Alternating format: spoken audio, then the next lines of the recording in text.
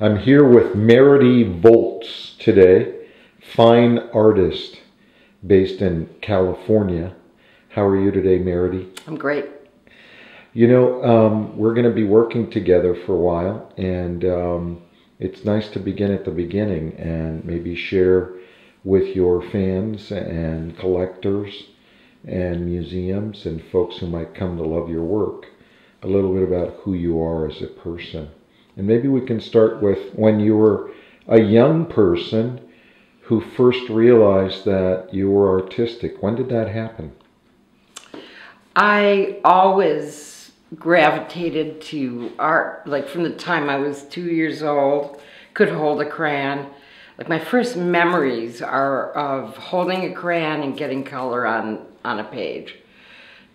Sitting on the floor, propped up on my elbows and legs, feet kicking up and down, and drawing. And that world was my safe place, and that world still is my safe place, my sanctum sanctorum.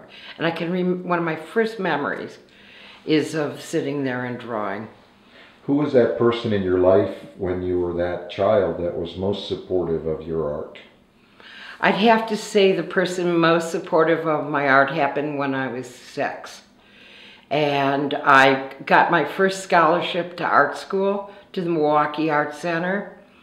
And it was from a lady from the school board whose name was Miss Bury. And she had pure white hair, which in my mind as a child, Bury rhymed with flurry. And I was from Milwaukee and there was a lot of snow. And so it kind of all gelled in my mind who this was. And she got me my first scholarship. She recognized that here was a child who loved to do art, and she got under me there and supported me. So most artists as a child, as you described, that's what they love to do. When did you first decide you wanted to do it as a career? I think that it wasn't even so much as a conscious decision as it was just a sequence of events that were destined to happen. I was that kid in high school who was in the art room. I was that kid who was winning ribbons when I was in high school. And that's where I was. That's where I spent my time. That's what I loved to do. And so it was kind of a no-brainer that I would major in art in college. And so I did, and got a degree in art. And what school did you study? University of Wisconsin. And what was the degree in? My degree was in art education. Not a bachelor's of fine arts? No, art education. Why education? I always had a bit of an eye on someday I would teach. All my art teachers, including high school, including Miss Bury way back then, have always influenced me. They've always given me tools. They've critiqued technique. They've taught me technique.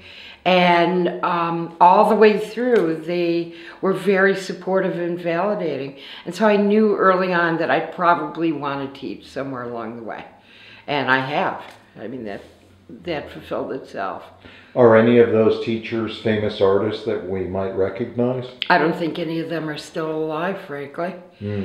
John Colt from the University of Wisconsin.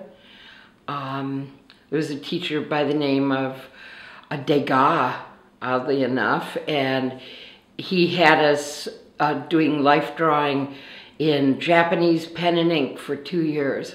Standing there with a real long brush and being loose and free, and he influenced me quite a bit. And I don't know if any of them are still around, but they were all really fine artists in their own right. So you got your art degree in art education, and tell me your first job in the art world. My first job in the art world was when I was 16 years old, living in Milwaukee, and there was a woman, it was before you actually had strip malls. And so you had like the beginning of strip malls, what they were, a few stores. And she'd go around in a panel truck that had an awning, and she'd set it up outside of the little strip mall and do portraits. And so I was 16 years old, and that was my first job. was doing portraiture of people passing by, sat down, wanted their portraits done. That was my first gig. And after that was hired to paint a portrait of the Hasidic rabbi in Milwaukee, and so forth. It kind of went from there.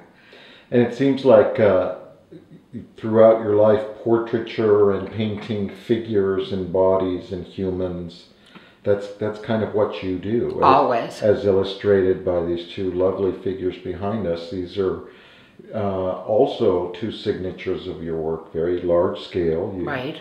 And also extremely colorful, and yet very figurative. You really capture people and their essence. You capture people, they're recognizable.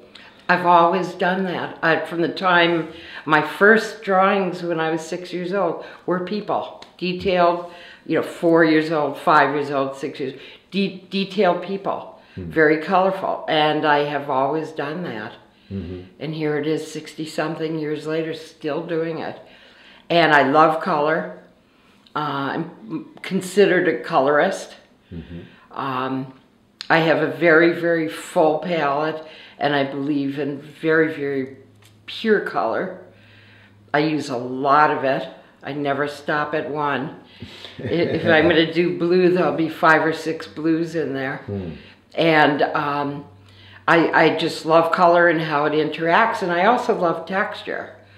And so the two are very, the fact that my work is always figurative, the figure is a great vehicle for emotions. And so it's a great way to express, to do expressionism, to express what you're actually feeling through the vehicle of a figure. And it's just built in. And then add to that a palette, color, and then you can really express what you're feeling. And so that's true expressionism right there. And the figure's a great way to do it. The other thing you mentioned, texture in your work, and it's very built, layered. And so when you're close to your work, you really see the power of your brush strokes. You're not cheap with your paint. Right, and I don't use a brush anymore. I did at one section of my work. There was a point where I started scratching with the back side of the brush, and then pretty soon the brush went, and I was painting with knives, and now it's knife and finger. What year did you make that change? I made that change in right about, I would say 1978, 9, like late 70s. So it's a significant amount of your career. Yes. That's been your technique. So for painting. So yeah. Portraits, colorist, figurative painter. My work is gestural, which means I show the figure in action. In the middle, you should feel when you look at a piece that you've walked in the room and you've come upon, as the viewer, you've come upon the figure or figures in a moment in time. Well, certainly one of the ways you accomplish that is when people are around your work, and especially around your work for a long time, you almost feel like you're in the presence of people. Right. They almost take on a life of their own.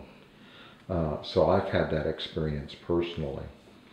So as a teacher, we're going to wrap up this first of many discussions with Meridy.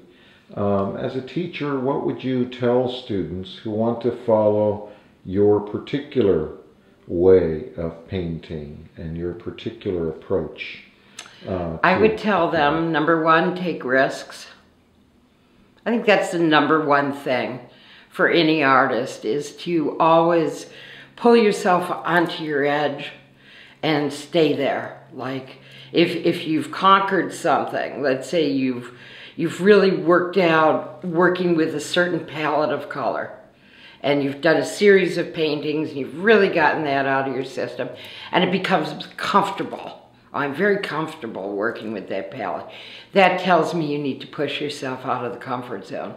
So I tell my students all the time that you need to take risks, you need to be willing to crash and burn in order to succeed, to be great, and not just be painting nice paintings, you know, pleasant paintings. You want paintings that have an edge. And so with color, for example, pushing that color, pushing the edge, pushing combinations, things you would not ordinarily put together, and watch how they vibrate. Yeah, and that's number one thing I would say, is to take risks. Even with that, and an even keel with that, I would tell students, and I do tell students, to choose subject matters that have an emotional base. That, for me, the real value of a really, really good piece of art, a really good painting, thing that makes it a good painting, is that it sets up an emotional response in the viewer. And it doesn't have to be a pleasant response. It doesn't have to be a happy painting. It could be a deep emotion, and it should move you in some way. So if it's an abstraction, for example, that abstraction should like bring up feelings in you to be a successful abstraction. It can't just leave you flat.